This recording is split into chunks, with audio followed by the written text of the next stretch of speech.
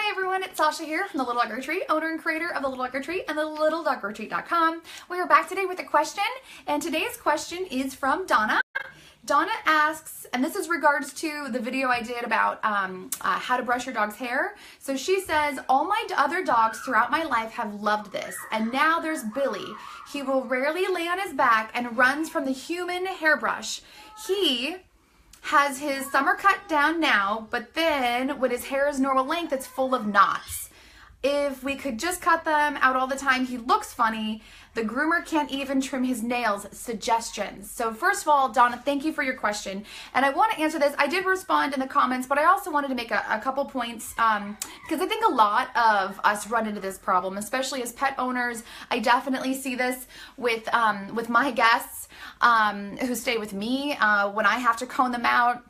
Especially being a daycare facility and doing overnight care, we see a lot of dogs that are just, they're running and they're rolling and they're moving around in brush, and so they'll get a lot of knots or even just particulates of plant stuck in their hair, and so we brush them out. You know, dogs naturally are not going to want you to brush their hair. It's not a natural response for a dog in the wild or a dog in a wolf pack or any kind of wild dog to get their hair brushed. So you have to think, okay, what would we naturally be doing in the wild? And what they would be doing for their hair and for their nails, first of all, they would just be rubbing it on things to get the tufts out. They might kind of gnaw on it themselves to get the tufts out, but it'll mostly slough off. And as they're rolling around on grass or brush or harder surfaces like a dried plant, it would be kind of sloughing off. Now their nails, much like wild horses, you know, wild horses don't get their hooves hammered in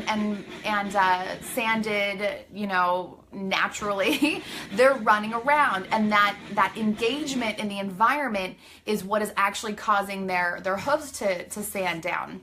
And so much like that, a wolf in their natural environment, they're going to be, you know, climbing over rocks. They're going to be climbing over various degrees of density of wooded things. So they're going to be constantly running and foraging and digging, and that sands down their nails, much like a nail file would, but they're going to be doing on a daily basis, on a constant basis throughout every single day. So what does that mean for your domesticated dog? So that instinctual need to be groomed is not there, all right? So they're not gonna really, you know, take to a hairbrush or the clippers like we would hope that they would, thinking, this is a great spa day, just enjoy it, you get a treat at the end. They're thinking, what are you doing to my body? So I have 3 suggestions. My very first suggestion is to desensitize your dog to it. So help your dog with the frustration or the fear of having that happen. So how can you do that?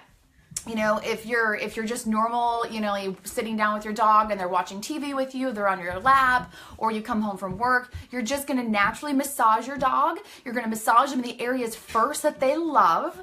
So if they love belly rubs, if they love behind the ears, you're going to rub them there. Then you're going to hit the spot that they hate. That means, you know, rubbing down their leg and touching their paws and touching their little divots where they're, you know, each individual finger or paw finger digit, and then, you know, going back to the spot that they love. So you're going to rub the spot they love first, then you're going to rub the spot they hate, and then you're going to rub the spot that they love again. You're going to desensitize them to the fear and anxiety of getting that spot touched. So that's the first thing. The second thing is you're gonna do it ad nauseum. You're gonna overwhelm them with a ton of touch. So, you know, you wanna do it in the way I mentioned before, but you wanna do it all the time, every single day, throughout the day, throughout any engagement you have. You're gonna constantly be doing that because it's going to get them used to it. And when they get used to it, it takes that fear and anxiety away. Okay, so first you're going to start with, you know, just the petting, rub them in the spot they love, rub them in the spot that they hate, then rubbing them in the spot they love again, and end it with the happy part that they like the most. And then the second part is just going to be constant. You're going to constantly do it. You're going to do it literally any engagement that you would go rub, you know, pet your dog or say, oh, hey, like for instance, I have Haley, my Pomeranian, I would say, oh, hey, Haley, and give her a little pat. I'm going to rub the spot that she loves, rub the spot that she hates, and then rub the spot that she loves again. I'm going to do that throughout the day. So if you're if you're at work during the day, you're going to do this in the morning, you're going to do it in the evening, and you're going to do it on the weekend. So you're going to just, any interaction your dog has, we're going to do it. So 1, desensitize. 2, bombardment. So they're just constantly getting that. And then that will lead you to the third portion. Whether it comes to, I'll actually do a video on how I do my Chihuahua's nails, because she literally is like this. She hates getting her nails clipped, and for some reason her nails grow freakishly fast, and so if I don't get them clipped in literally about every 3 weeks, they turn into like talons, like a bird, and they literally start to curl up into her pad, and then it becomes a major issue, because then it's starting to really kind of hurt the padding of her foot on her hand, and then it does hurt when I do the clipping. So what I've learned with my guest dogs, that I used to do nail clipping and minor grooming, and I actually don't do that anymore because I don't enjoy it. But what I did see a lot of is the dogs just have not been desensitized. And so first thing, desensitize. Second thing will be bombardment. And then the third thing is put them in an element that is odd. So, a lot of people will think, okay, well, I want my dog to be calm and relaxed. We're going to put them in a safe, happy spot where they're used to being relaxed, for their nail clipping or for their grooming. And in the most cases, once your dog is used to you actually doing, general grooming, so brushing out, the fur or the undercoat, or doing a nail clipping, once you've really gotten them used to it, then yes, by all means, put them in a safe place that they feel the most comfortable, a bed or their personal bed or the floor where you constantly do it, that's fine. But what I have found is put them in a spot where they have to think about the spot that they're in. So I work with little dogs, so obviously now a grooming table is not something that most people want to go out and buy, but the reason why people have it is because they're elevated, they're attached kind of what I consider as a noose. I don't think they're that safe, but groomers use them all the time, so when they're accustomed to it, it's okay. But they're in a spot where they are thinking about the environment. They're distracted, and so they're up on a table.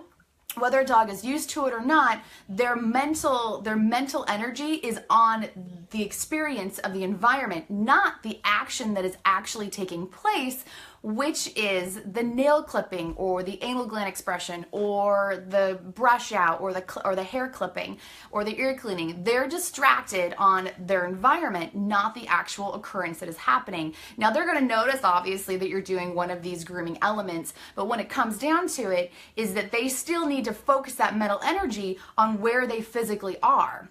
So standing up or sitting down or laying down, whatever the action is you're trying to get them to do while you're doing the actual grooming activity. So the third thing is put them in a spot where they have to think about the environment and not the activity. So for instance, what I do with my Chihuahua is I, start giving her a little rub down. She gets a little massage quickly first. Then I stick her in our kitchen sink because she's a Chihuahua, so she's small.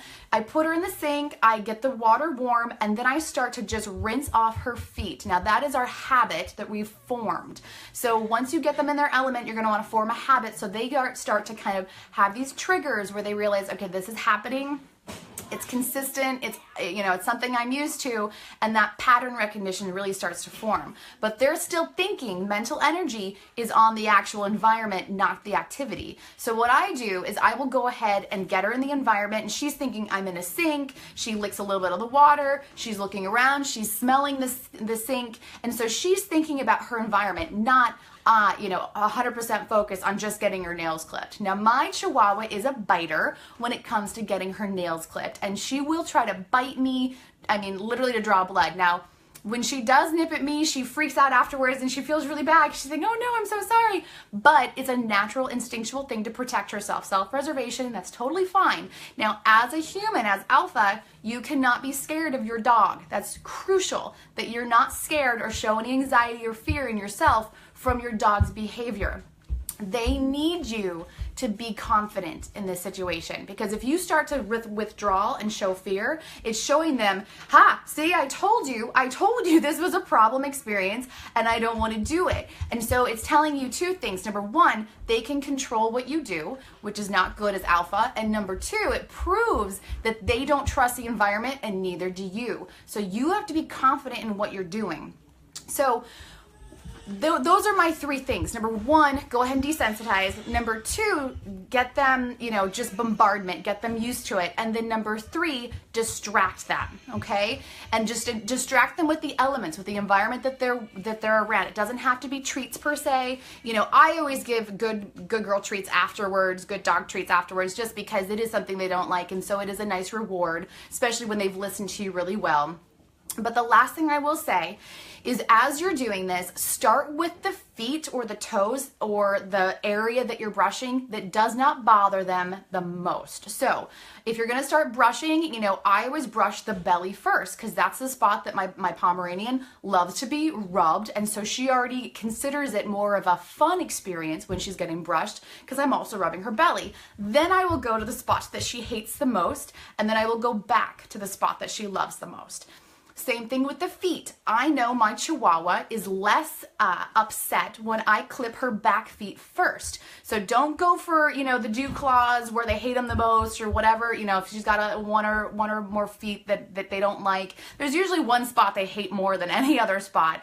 And it might be because they've been clipped too short before, and so that spot just is more sensitive, or they're just afraid of it hurting. But for instance, my Chihuahua, I will start with her back feet first. She almost does a little handstand, so she's mentally focused on the sink and the environment around her, the smells that she's smelling, maybe licking up a little water. Then she's doing a handstand, so she's distracted by the fact that she's balancing, and I'll do all of her back feet. Then I start with her right leg, because her right leg doesn't have arthritis, and that one doesn't hurt as much. And so as she's doing her right leg, she's balancing on the remaining three. Her left front leg does have arthritis, so she's a little bit more mentally focused on just balancing on that. I'll get all three of the legs done, and then I will do the last leg, which is usually the most traumatic and emotional for both of us. And then I'll do the toes that I know she doesn't like the least. And so she has dew claws, so I'll usually do the dew claw first, because on her left leg it doesn't actually bother her that much. And then I'll do her main two diggers, and then the last one. But by that point, we've got everything else done. So don't start with the foot that they don't like, and pay attention. Your dog usually has more sensitive areas and less sensitive areas. So, if you notice like, oh, the back legs are more sensitive, do those last. Get everything else done first, and then go back to that actual toe or that actual foot. So now the other thing is, if your dog will let you sand, with a nail file, sand their toes after or during clipping, I would say sand them regularly. So a great way to desensitize your dog initially to getting their nails touched and their nails clipped is literally to take like a human grade nail file, and literally during that nice relaxing TV time during a commercial, just take one of their nails and just file it a little bit on the nail file. They might kind of start to growl or kind of like put their mouth on your hand, but just say, everything's okay, you're calm. And then as they calm down, stop.